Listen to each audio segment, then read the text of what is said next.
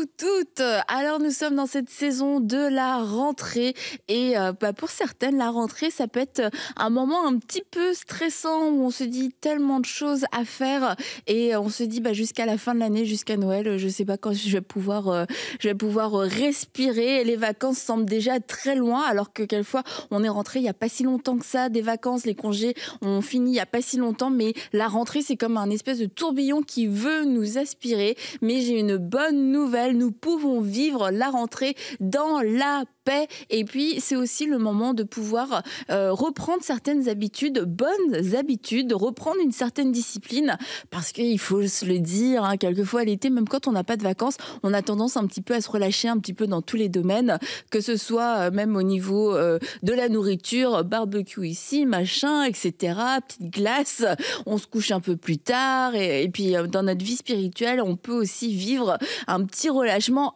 Alors c'est la rentrée, on se reprend en main. Et, bonjour les filles. Oui, bonjour. Bonne rentrée. Pourquoi est-ce que le barbecue a un problème? Le barbecue amène toujours autre chose.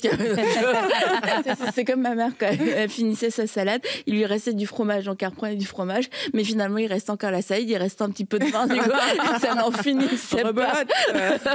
Et tu vois, quelquefois c'est un petit peu ça l'été. C'est vrai, absolument. Mais ça fait du bien. Oui, voilà, ça fait du bien. Mais toute bonne chose à la rentrée. Oui, exactement. Et nous sommes aussi lundi, début de semaine. Je veux dire merci et saluer particulièrement tous nos partenaires. J'espère que vous avez passé aussi de bonnes vacances. Et en ce temps de rentrée, eh bien, nous vous bénissons. Nous prions pour vous afin que la bénédiction de l'Éternel qui enrichit, qui n'est suivie d'aucun chagrin, puisse se répandre abondamment sur vos vies, dans vos finances, dans vos familles, dans vos études, dans votre travail, dans tous les domaines de votre vie, et que cette rentrée soit une rentrée dans la joie et dans la paix. Merci vous tous les partenaires, toute la famille des partenaires.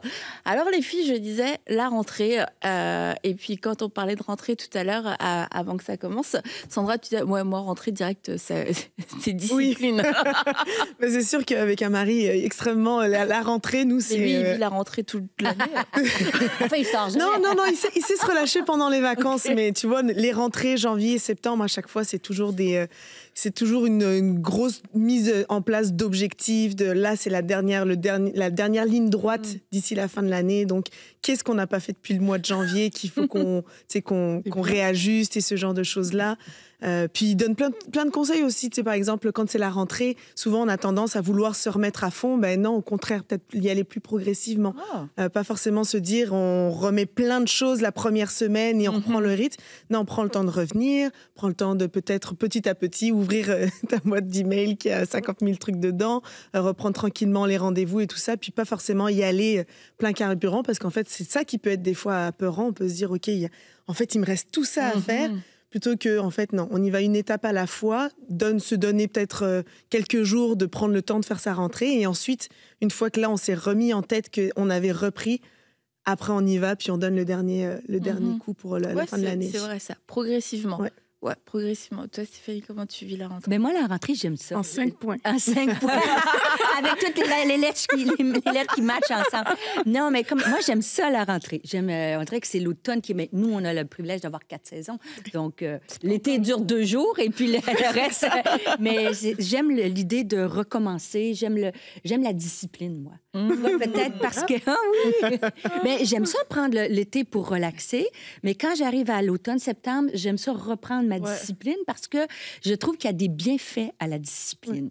La discipline, ça nous donne la liberté. On pense que c'est comme mordre dans un citron, être discipliné, mais au contraire... Dans un citron. Oui, tu sais, t'as l'impression, la discipline... Peut-être que quelqu'un écoute l'émission de qu'est-ce qu'elle a dit, elle, c'est moche, mais au contraire, je trouve que la discipline, ça emmène... Ils sont tous en train de se dire c'est moche. Oui, mais je vais pas vous faire peur, mais... Non, mais c'est vrai que le mot discipline fait peur. Le mot discipline est tiré du mot disciple, hein? Donc, c'est des disciples de Jésus, c'est des gens qui sont disciplinés. Oui, disciplinés. Ah, qu'est-ce que t'as dit? Continue, Stéphanie. Je suis encore en vacances. Ouais, c'est clair. Alors, je voudrais dire qu'Aurélie n'a pas été un disciple cet été. Non, pas vrai. Non, mais c'est l'idée de discipline, c'est étudiant, apprendre, on est des apprenants. Et alors, c'est voilà. Moi, j'aime ça, mais comme tu dis, il faut. Moi, longtemps, de par ma nature, c'était austère, la discipline. Puis maintenant, je pense que Dieu m'a donné des clés pour trouver le positif. Tu veux nous les partager? Oui, on peut en partager quelques-uns au cours de l'année. Ah, mais mon Dieu, vous êtes déjà. En fait, l'idée de la. En fait, justement, j'avais préparé. Non, mais la discipline, c'est une question de choix. Tout repose. Tu sais, dans Deutéronome, je mets les choix devant toi. Choisis la vie ou choisis la mort. En fait, choisir la mort, c'est pas que tu décides ce matin que tu choisis des choses qui emmènent la mort dans ta vie, mais c'est de faire de bons choix parce que tu sais que ça va emmener de bonnes choses dans ta vie. Que ce soit une discipline au niveau de physique, tu vois, au niveau de ton corps, ton alimentation, que ce soit au niveau professionnel, de dire, tu sais, je pensais à ça, une des choses qu'on n'est pas discipliné, par exemple, et j'avais sur mon cœur de le dire, être ponctuel. Il y a beaucoup de... Non, pas du tout! Je vise personne! C'est bien que tu regardes toi. Non, mais je me disais, c'est drôle parce que je priais pour l'émission, puis je me disais, il y avait une pensée que quelqu'un... Et je vise personne autour de la table, tu vois? Moi, j'étais toute seule ce matin. Moi, je réagis pas à ça. Je sais pas si je dirais amen à ce que tu vas dire. Non, mais c'est une simple idée dans la discipline de dire, est-ce que quelqu'un, dans son cœur, le Saint-Esprit lui révèle, écoute, tu es toujours en retard, ça peut te donner des problèmes, même à l'église, dans ton, à ton travail. Peut-être que la discipline, c'est te dire un objectif, comme tu me disais, Sandra. Cet automne, je vais travailler sur ma ponctualité.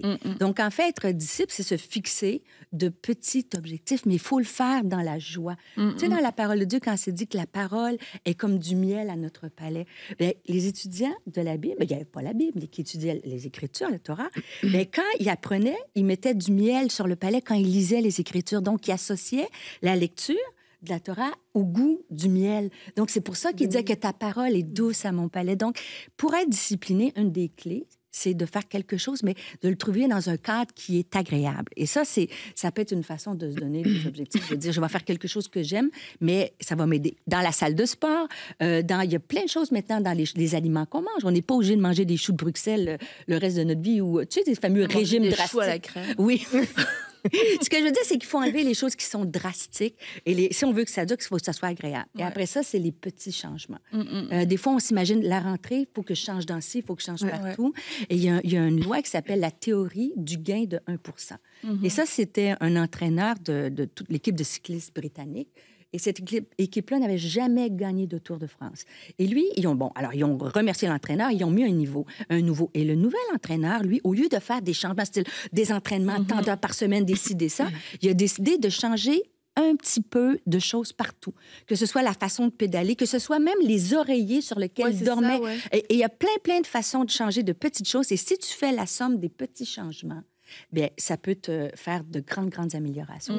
Donc, c'est quelques clés comme ça. Mais d'aimer de voir les bienfaits de la discipline, faire des choses qui sont agréables, pas toujours drastiques.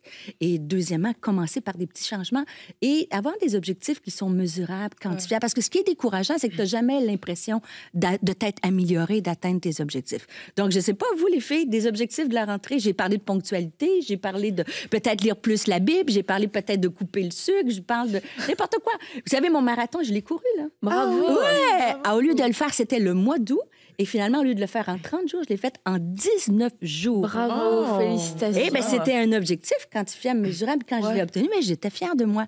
Donc, c'est facile de dire... Parce que la course, c'est facile à évaluer, mais c'est quoi dans notre vie? Est-ce que ça serait lire un chapitre de la Bible à tous les matins? Est-ce que de trouver une chose, que dire, je m'y attaque, puis je vais être fière quand je vais l'avoir réalisée. Eh bien, il y a d'autres clés qu'on peut parler. C'est plein de questions de... Voilà. Donc, voilà quelques petites clés. Mais moi, l'automne, c'est ce que j'aime. J'aime me faire des objectifs. Et toi, la rentrée, Aurélie? Mais moi, la rentrée, j'associe ça parfois déjà au plaisir de retrouver des personnes qu'on n'a pas forcément vues depuis longtemps, que ce soit pour ceux qui sont sur les bancs de l'école, ceux qui retournent au travail, etc. Je trouve que c'est quand même chouette, tu vois, de revenir dans un environnement. Pour ceux peut-être qui rentrent dans un nouvel environnement aussi, parce que pour certains, la rentrée, c'est une nouvelle école. Pour d'autres, c'est même peut-être nouveau boulot.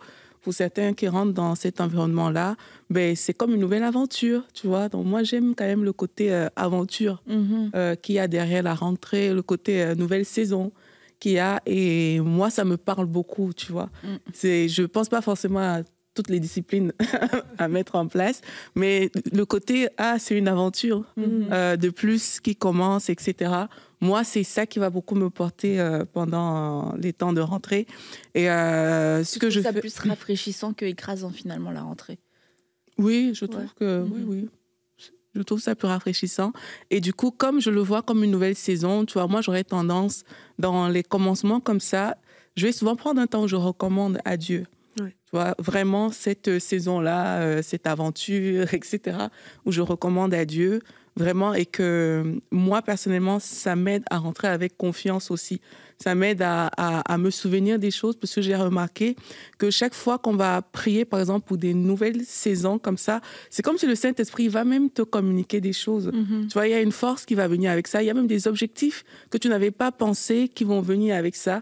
Et du coup, ça devient plus vrai. Tu vois, ça devient comme, il y a quelque chose. Et même qu'il y aura des difficultés plus tard, rien que ce souvenir-là, ça peut t'aider à les braver, à les surmonter, etc. Donc, moi, de prime abord, je ne pense pas forcément discipline. Tu vois, peut-être parce que je suis moins disciplinée que non, vous. mais tantôt, je vais ajouter, parce que la discipline, ça ne se fait pas tout seul. Continue, Aurélie. Après ça, j'avais des beaux versets pour vous dire. Ça ne se fait pas tout seul. Mais c'est en fonction peut-être aussi de type de personnalité, tu vois. Et du coup, je ne vais pas forcément penser à ça, mais c'est vraiment le fait que il y a une aventure, il y a une nouvelle saison, il y a peut-être des nouvelles personnes que je vais rencontrer, je vais peut-être voir des personnes que je n'avais pas vues depuis longtemps. Tu vois, il y a tout ça qui va rentrer en ligne de compte. Et c'est seulement quand je suis dedans que là, le côté un peu plus objectif, c'est quoi les priorités, va arriver. Mais en amont, c'est juste comme une petite préparation spirituelle, si je peux dire ça comme ça. Et puis, de là, il va ressortir des choses. Et c'est vraiment ça, moi, qui m'accompagne. Je prends vraiment un point d'honneur à être accompagnée. Tu me connais un peu, tu vois comment chaque début d'année, il y a une parole que je vais recevoir pour aller avec et tout. Moi, personnellement, ça me parle beaucoup parce que je me rappelle, comme Sandra disait tout à l'heure, parfois, c'est cette parole-là qui va me recentrer à n'importe quel moment dans l'année. Tu vois, c'est cette parole que j'ai reçue qui va comme me dire où est-ce que tu en es par rapport à ça, et ça va m'aider à aborder plus sereinement et plus facilement.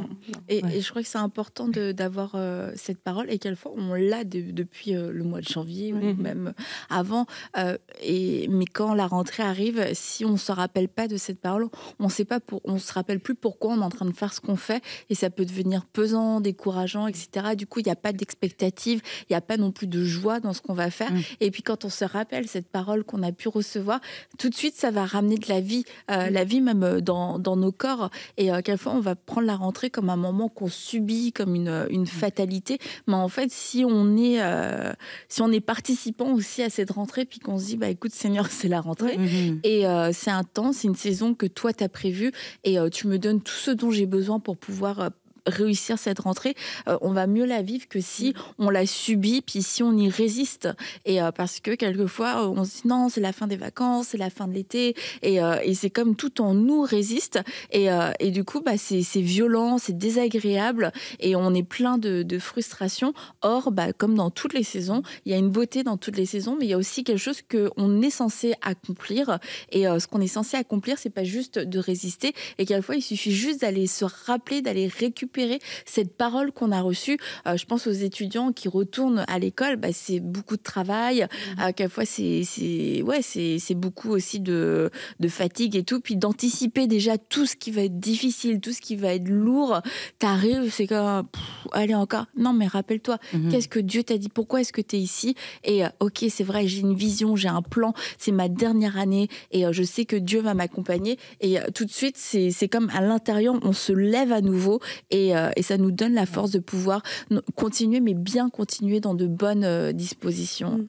Et j'aime le verset quand c'est exactement ça. Avant de passer à l'action, c'est toujours le verset qui était sur mon cœur, c'était recommande. Recommande tes plans, ta destinée à l'Éternel, mais en lui ta confiance, et il agira. Et des fois qu'on arrive en début d'année, on a l'impression, c'est pas qu'on oublie, mais c'est comme une nouvelle saison, puis on a comme oublié que Dieu a agi dans le passé. Il va agir encore dans cette saison-ci, et de recommander notre sort à l'Éternel et de partir avec cette pensée-là. Mais tout à l'heure, quand je parlais de discipline, peut-être, je fais toujours mon fils, il dit, maman, tu parles trop vite, tu oublies des choses. C'est-à-dire que moi, je prends pour acquis, la discipline, c'est jamais par nos propres forces. Et il faut jamais oublier que c'est toujours avec l'aide du Saint-Esprit. Et j'aime tellement, tu sais, quand on parle de discipline dans les fruits de l'esprit, c'en est un. Fruit de l'esprit, la maîtrise de soi. Mais j'aime aussi Philippiens chapitre 2, verset 13, hein, car c'est Dieu qui produit en nous le vouloir et le faire. Fait que peut-être, tu sais, ça peut sembler, ça me tente pas de retourner à l'école, ça me tente pas de refaire ça. Mais Dieu peut, avant même de passer à l'action, te donner par le Saint-Esprit le désir de le faire.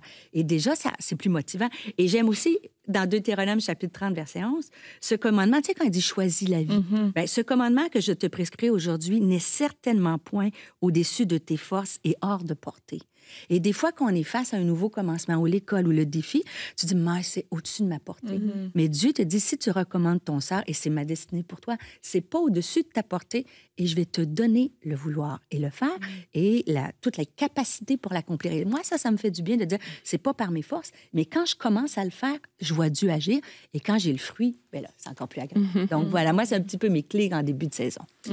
Moi, je sais que la rentrée, pour moi, souvent, ça peut être anxiogène, justement. Ouais. Toi, tu le vois comme une nouvelle saison. Moi, la nouvelle saison, justement, ça me fait toujours peur. Mais là où je te rejoins, justement, c'est que j'aime aussi prendre ce temps-là. Puis, je vais toujours jeûner avant de n'importe quelle rentrée, que ce soit en janvier, que ce soit en septembre. Je vais toujours prendre 2-3 jours de jeûne, justement parce que je suis du genre à me mettre des objectifs, faire plein de projets, me dire voici ce que je veux accomplir. Mais j'aime aussi ce verset qui dit que l'homme forme des projets, mais c'est les desseins de l'Éternel qui s'accomplissent. J'aime prendre tous mes objectifs, tout ça, et puis de dire à Dieu, OK, maintenant, en fait, c'est juste que ta volonté soit faite. Je me prépare, je planifie, je me mets des objectifs parce que je veux pas être passive, je veux être dans l'action. Mais là, après, je vais prendre ce temps de jeûne, puis je vais lui remettre. Puis comme toi, souvent, soit il va me rappeler la parole qu'il m'a donnée en janvier, soit il va me donner d'autres choses, soit il va barrer les choses dans ma liste ou pas, ou me dire ce qui est en priorité. Mais justement, parce que c'est quelque chose qui est hyper anxiogène pour moi, j'ai vraiment toujours besoin de ce temps de jeûne vraiment mis à part pour recommencer ma rentrée. Puis c'est le verset aussi... chercher d'abord le royaume et toutes choses vous seront données en plus, c'est vraiment ça l'objectif. C'est je fais des projets, je fais ma liste, mais Seigneur, ultimement, ce que je veux chercher, c'est ton royaume, ta volonté, ce que toi, tu veux faire à travers moi. Et je sais qu'après, derrière, tu vas gérer. Puis souvent, ça va tout le temps, en fait, j'ai envie de le dire. Tout le temps, vraiment, ça m'apaise. Et je suis comme, OK, maintenant, je suis prête. Ouais. Et puis, j'y vais et je recommence tranquillement. Est-ce que ta liste, elle a souvent des changements après ce temps de jeûne ? Non, mais j'y vois plus clair sur ce que je dois, par quoi je dois commencer, qu'est-ce qui est vraiment prioritaire, qu'est-ce que Dieu va commencer à faire dans la saison. Parce que je pense qu'au fur et à mesure, maintenant, dans ma vie chrétienne, je sais aussi comment faire ma liste et non pas me mettre des objectifs irréalisables, inatteignables. Puis c'est quand même pas mal aligné avec ce que je ressens que le Saint-Esprit veut faire aussi dans la saison. Mais soit ça m'apaise, soit je sens que, OK, ça, c'est peut-être pas urgent, mais ça va plutôt être là-dessus que Dieu va commencer à travailler, puis ça m'aide à faire du tri dans mes pensées et y aller aussi beaucoup plus sécure. Moi, j'aime bien cette approche-là aussi parce que ça te cadre aussi quelque part et il y a beaucoup de force, il y a beaucoup de vie qui viennent avec ces paroles-là qu'on a reçues. Et une chose que moi, je trouve intéressante, ça rejoint un peu quelque chose que Stéphanie disait tout à l'heure, c'est que on n'est pas obligé de bouleverser toute notre routine pour pouvoir entrer dans des nouvelles saisons ou bien dans une rentrée, etc. Parfois, c'est juste des petites choses. Tu vois, des choses tu as quand même un certain confort encore, entre guillemets, parce que tu as changé des petites choses, pas des changements vraiment radicaux et tout, même comme je crois que dans certains cas, c'est possible aussi de faire des changements radicaux et il faut avoir le cœur ouvert et je crois personnellement que c'est Dieu qui donne cette force-là d'aller de l'avant et de faire ces changements. Et ce que j'aime avec les petits objectifs aussi, c'est que tu avances et pour moi, c'est ça le plus important, c'est d'avancer. C'est de ne pas stagner, tu vois, rester au même endroit ou bien toujours procrastiner, remets-toi demain parce qu'au final... il y a rien qu'on fait concrètement. Et moi, je trouve que c'est important. Donc, maintenant, une autre chose que j'aimerais apporter par rapport à la rentrée qui peut aussi m'aider, c'est que dans les temps de rentrée, moi, je demande au Seigneur d'avoir des bonnes personnes autour de moi, tu vois, des bonnes relations. Des nouvelles connexions. Parce que je trouve que ça booste beaucoup quand tu es, je sais pas, tu arrives à l'école et que tu tombes sur une amie, c'est tout de suite différent que si tu prends ton année scolaire toute seule. Tu vois, il y a vraiment une différence nette et claire qui va faire que vous pouvez vous encourager ensemble. Vous pouvez même vous défier, tu vois, pour atteindre justement certains résultats, même au travail. De dire, avoir un collègue avec qui tu t'entends bien, ça fait déjà toute la différence que juste aller au travail comme, OK, c'est un jour de travail. Et on peut prier que Dieu mette de bonnes personnes. Et je trouve que c'est important parce que il y a le côté choses à faire, etc., objectifs et tout, mais le côté relationnel va de pair dans tout ce qu'on a besoin d'entreprendre. Les deux vont vraiment ensemble et c'est important de le comprendre, qu'il n'y a pas que des objectifs. Ils sont là, il faut qu'il y en ait, mais ça sera tellement beaucoup plus facile à réaliser lorsque le Seigneur va te connecter avec les bonnes personnes, lorsque tu seras dans un bel environnement. Et même si dans ton entreprise, tout n'est pas parfait, même si même l'environnement peut être un peu bizarre, le fait juste que tu aies une personne avec toi qui te comprend, avec qui vous êtes ensemble, vous pouvez travailler, ça fait tout de suite la différence, ça motive, ça rend la vie plus jolie, si je veux dire ça comme ça, ça rend les objectifs plus facilement atteignable, ça donne de la force. Donc, je crois aussi que ça, c'est un point important lorsqu'on parle de rentrée. C'est vraiment de juste dire à Dieu, Seigneur, des bonnes personnes. J'aimerais avoir des bonnes personnes dans cette saison de ma vie. Et même si tu n'es pas... je veux faire cette parenthèse là rapidement. Parfois, il y a des personnes qui n'ont pas de travail, qui ne vont pas forcément à l'école. Et pour elles, rentrer, ça rime... C'est comme s'il n'y a rien. C'est comme si c'est juste plat. Mais moi, je pense qu'il faut vraiment embrasser les nouvelles saisons. Il faut les embrasser. Et avec Dieu, il y a toujours quelque chose. Même si tu ne le vois pas comme ça, peut-être c'est un temps de formation pour toi, cette rentrée-là. Peut-être c'est un temps où tu dois travailler sur toi-même et que ce sera ça ton objectif à ce moment-là. Et le Seigneur, comme on a dit, tu le recommandes ton sort, tu lui demandes des bonnes personnes et tu vas voir qu'il y a quelque chose que tu seras en train d'effectuer. C'est en fait de se dire, moi aussi je vais faire ma rentrée, même si c'est pas un nouveau travail, des études, mais se dire parce que l'année peut passer et en fait si on n'a pas ces marqueurs, on risque de pas avancer puis un peu de faire du surplace. Donc le monde entier fait sa rentrée en fin août, septembre. Donc c'est de se dire voilà c'est une saison pour que moi aussi je fasse une rentrée peut-être au niveau spirituel et puis de se dire il y a peut-être il y a des changements, il y a des améliorations à faire et je veux pas qu'on se dise mais je pense qu'on l'a bien dit mais il y a des grands changements mais il y a des plus petits changements, mais c'est aussi de pas attendre que tout soit prêt, parfait, etc. pour commencer à se mettre en route. Et ça, je crois que ça peut être quelquefois parce que on a l'impression que c'est vraiment ça qu'il faut faire, mais quelquefois c'est une excuse en fait.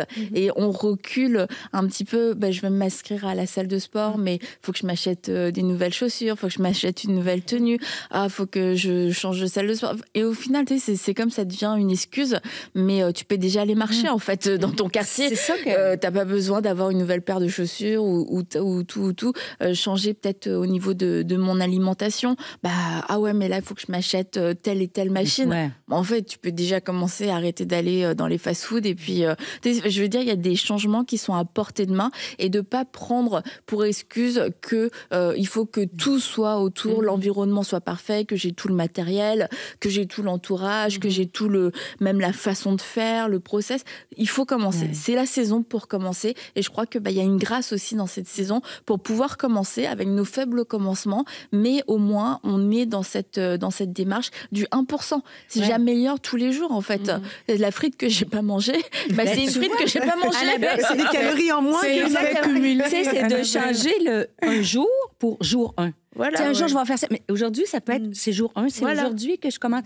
Mais tu vois, il y a des choses quand on dit les petits commencements, les petits changements, mais c'est la même chose dans les choses négatives. On le comprend bien pour le positif, mais ce que je fais pas aussi m'emmène dans des choses plus négatives. Par exemple, le Titanic, là, il a dévié d'1 degré et a frappé. Donc, des fois, c'est « je vais lire ma Bible demain ».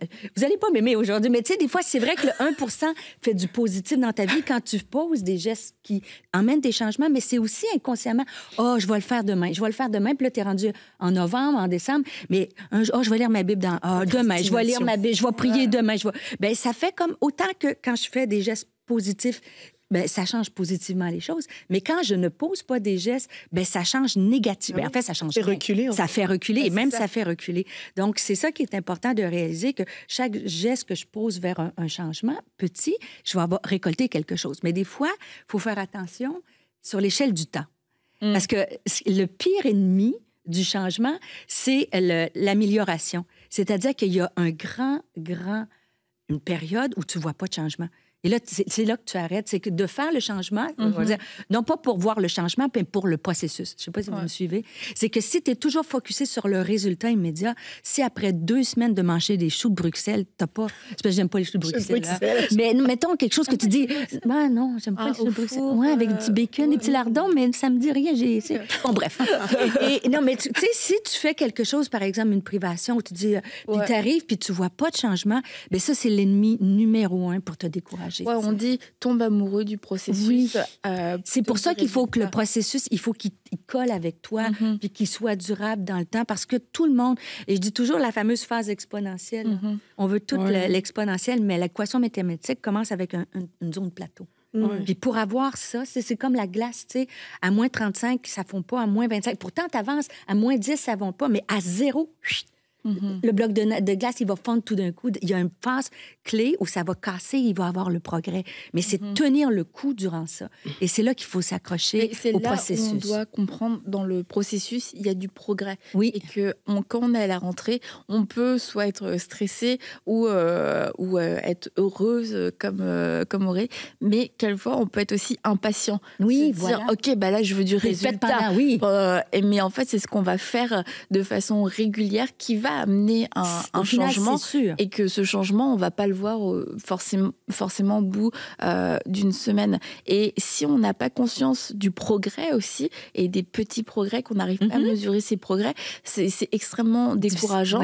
Et la rentrée est décourageante. Ça peut aller à l'école, tu sais, tu remets des gens qui retournent à l'école, étudient, tu dis, j'ai fait tous mes devoirs, mes leçons, j'arrive, j'ai une mauvaise note, tu as envie de tout lâcher. Mais non, c'est ce principe-là du petit progrès, et c'est une loi indéniable que si tu persévères, et la Bible en parle de la persévérance, le plus important, c'est que ça te transforme, toi, dans ton être intérieur. Et j'allais dire, et c'est aussi des progrès, peut-être au niveau de notre caractère. Oui.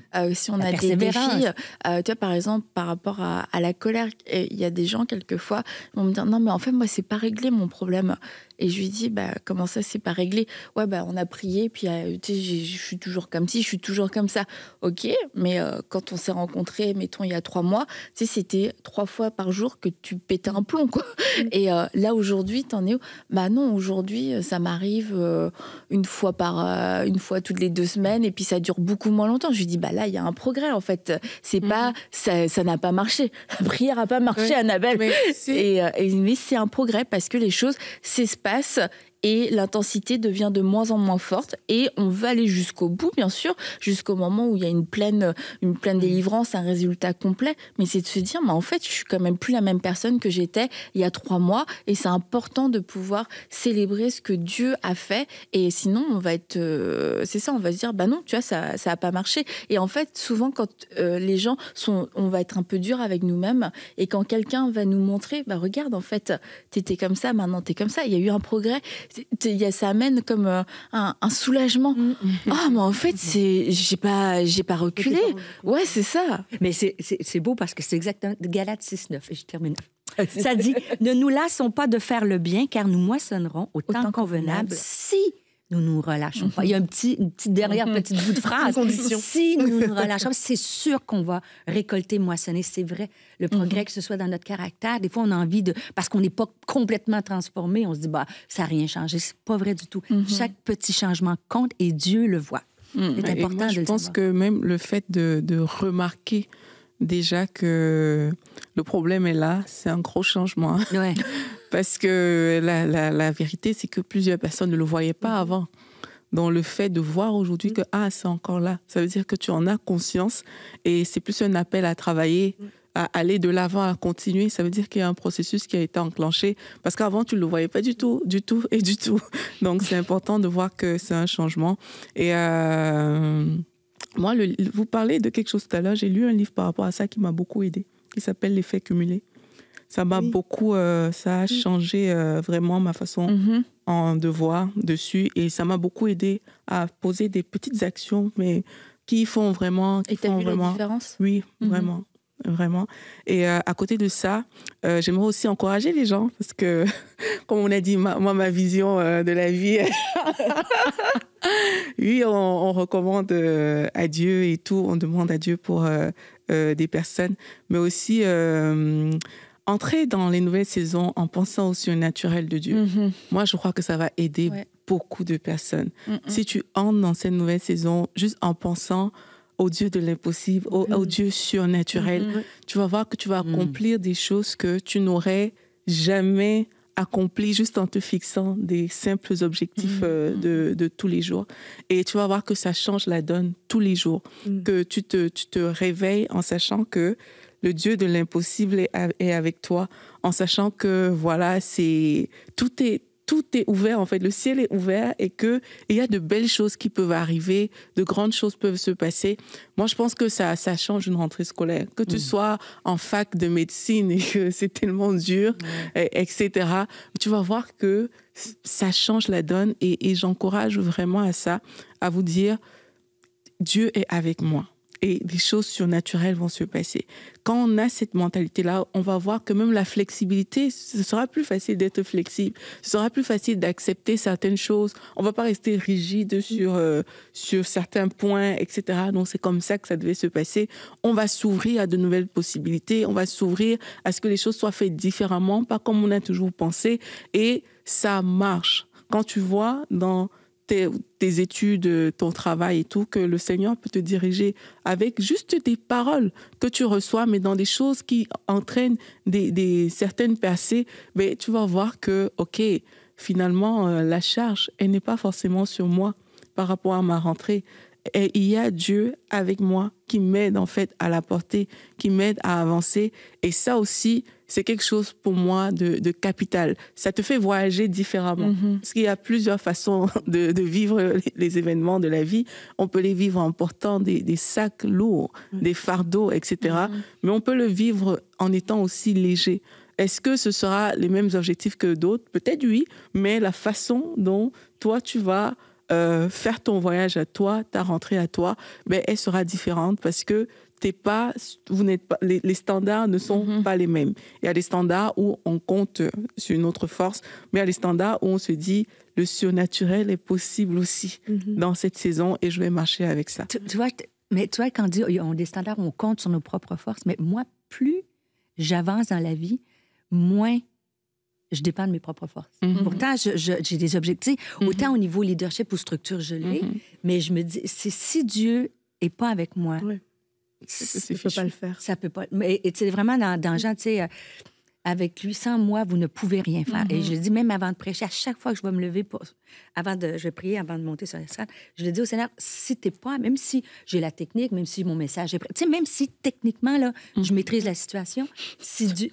Avec un iPad. Avec des feuilles de papier, je maîtrise la... Parce que la technique, c'est failli. Des fois, on met en opposition la préparation et la présence de Dieu, le Saint-Esprit. Mais dans les deux cas, je te rejoins, le surnaturel, s'attendre au surnaturel, mais même si la préparation n'est qu'un outil que Dieu peut utiliser, mais si Dieu n'est pas avec ton outil, c'est zéro. Fait que c'est pour ça que des fois, je passe l'état, mais c'est Dieu la base, et sans Dieu, on ne peut rien faire, ça, c'est ça. Et je suis d'accord avec toi. Et quelquefois, pour reprendre la liste, comme t'en parlais, Sandra, on voit que c'est une liste que Dieu valide, que Dieu approuve, mais il y a des trous. C'est comme, là, il manque des choses. Il manque des gens, il manque de l'argent, il manque du des temps. Points d'interrogation, c'est comme, je comprends que ça fait partie du plan. Alors, comment est-ce qu'on le fait? Ça, je ne sais pas. Et, et en fait, c'est tous ces points d'interrogation, c'est la foi et c'est le surnaturel de Dieu qui est activé. Et là, normalement, on commence à chanter ce chant. Oui, j'entends Sandra qui dit ta gloire. Normalement, c'est comme ça que ça se passe. Et en fait, c'est de pas laisser ces trous venir nous submerger. Mais qu'est-ce qui va se passer? Ou tout remettre en question. En fait, ces trous, ils sont bons. C'est que c'est la foi qui va les combler. C'est toute la partie impossible, la partie que moi, je ne peux pas faire.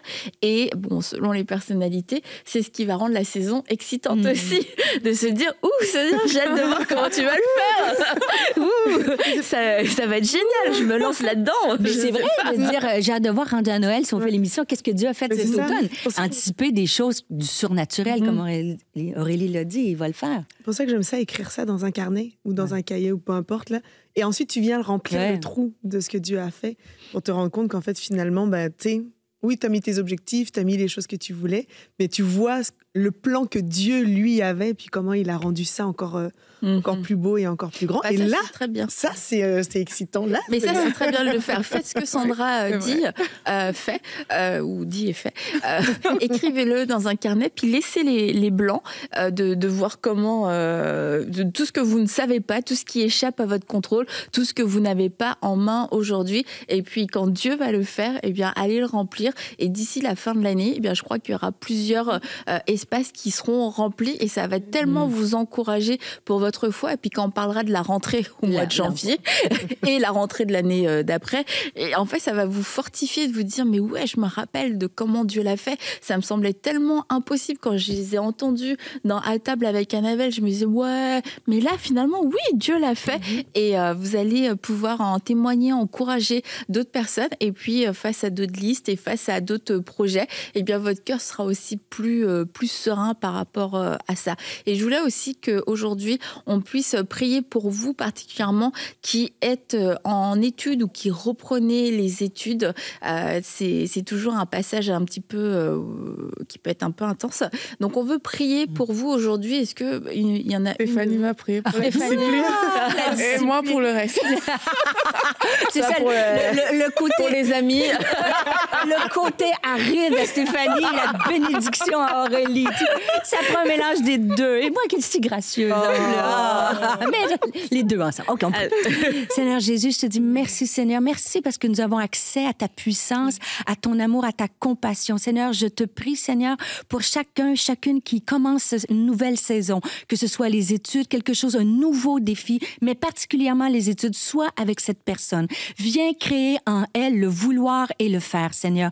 Viens, Seigneur, lui donner, lui montrer, viens lui donner une parole de ce que tu veux accomplir à travers sa vie. Je prie que les fardeaux puissent tomber aujourd'hui, que l'anxiété puisse s'atténuer, que ta paix, ta foi, ton anticipation puisse grandir parce que tu as des projets de paix et non de malheur pour chacune d'entre nous. Alors visite cette personne en ce moment, qu'il y ait une révélation divine, que les écailles tombent et qu'elle voit cette saison comme une saison d'opportunité, que tu lui donnes la maîtrise d'elle-même, la discipline, la force de faire les choses que tu lui demandes, Seigneur, au quotidien et aide-la à faire de petits changements et montre-lui que tu es avec elle, qu'elle n'a rien à craindre, Seigneur. Amen. Je te remercie à l'avance pour cet automne béni que tu vas nous donner. Amen. Amen. Alléluia, Seigneur. Oui, on prie afin que tu ouvres des portes surnaturelles devant toutes ces personnes qui engagent le chemin de la rentrée. Ouvre des portes surnaturelles. Seigneur, merci pour des relations même de destinée dans cette rentrée scolaire. Merci pour des personnes que tu matches ensemble pour pouvoir passer, Seigneur, ces temps au nom de Jésus-Christ. Seigneur, on prie pour toutes les personnes qui, comme Stéphanie disait, ont de l'anxiété. Des personnes qui arrivent à l'école avec des nœuds dans le ventre, la boule au ventre. Seigneur, on prie afin que cette année soit différente au nom de Jésus-Christ. On prie pour la grâce de la confiance, l'assurance qui vient de toi, Seigneur Jésus. Des personnes qui peut-être, on se moquait d'elles à l'école, qui ne se sentaient jamais capables, qui ne se sentaient jamais à la bonne place. Seigneur, on prie afin que cela soit brisé au nom de Jésus-Christ. On appelle cet élan de confiance en soi au nom de Jésus. Et toutes les personnes qui ont des appréhensions d'échec, Seigneur, nous déclarons également le succès au nom de Jésus-Christ. Oui, Jésus. Nous parlons la victoire de Jésus-Christ dans ses études. Amen. Nous le déclarons aujourd'hui au nom de Jésus-Christ. Seigneur, tu as ouvert l'intelligence des disciples dans la Bible afin qu'ils comprennent ta parole. On prie afin que l'intelligence soit ouverte au nom de Jésus, que l'intelligence soit ouverte afin que les personnes qui vont sur les bancs de l'école aujourd'hui, qu'il y ait une nouvelle compréhension. Seigneur, je te prie pour tous les enfants même qui ont des difficultés au niveau de l'école, qui ont été catalogués comme des enfants à part. Seigneur Dieu, je prie pour ta grâce sur ces enfants, que toutes les étiquettes qui ont été posées soient annulées par la puissance du nom de Jésus-Christ. Seigneur, on déclare l'intelligence ouverte, l'intelligence ouverte au nom de Jésus, que les retards soient rattrapés par la puissance du nom de Jésus-Christ. Seigneur, on déclare ta force sur cette rentrée scolaire, on déclare le souffle de Dieu sur cette rentrée scolaire au nom de Jésus, qu'on voit la différence entre tes enfants, entre ceux qui te servent et ceux qui ne te servent pas, qu'on voit cette différence, comme on l'a vu avec Daniel et ses amis par rapport à tous les autres. Seigneur, que cette différence soit marquée et qu'elle soit claire. Nous proclamons la réussite scolaire au nom de Jésus-Christ, la réussite scolaire au nom de Jésus. Et Père, merci pour la grâce qui repose sur cette rentrée. Merci, Seigneur Jésus-Christ. Seigneur, et je te prie pour les mamans. Seigneur, les mamans en ce moment qui s'inquiètent. Les femmes qui écoutent cette émission, elles s'inquiètent pour le succès de leurs enfants, pour les enfants qui subissent de mauvais traitements, des enfants qui sont anxieux. Seigneur, tu leur dis qu'elles n'ont rien à craindre, qu'elles relâchent en ce moment cette inquiétude, que toi, tu prends soin de leurs enfants. Toi, tu protèges les enfants. Toi, tu vas être avec les enfants. Donc, maman, aujourd'hui, relâche, fais confiance à Dieu, car il prend soin de toi et de ta maison. Ne crains rien et ne promène plus des regards inquiets aujourd'hui. Amen. Amen. Amen. Et vous pouvez déclarer sur vos enfants cette parole de Daniel 1,17. À chacun de ces jeunes, Dieu a donné de la sagesse et de l'intelligence en toutes sortes de lettres et de langues.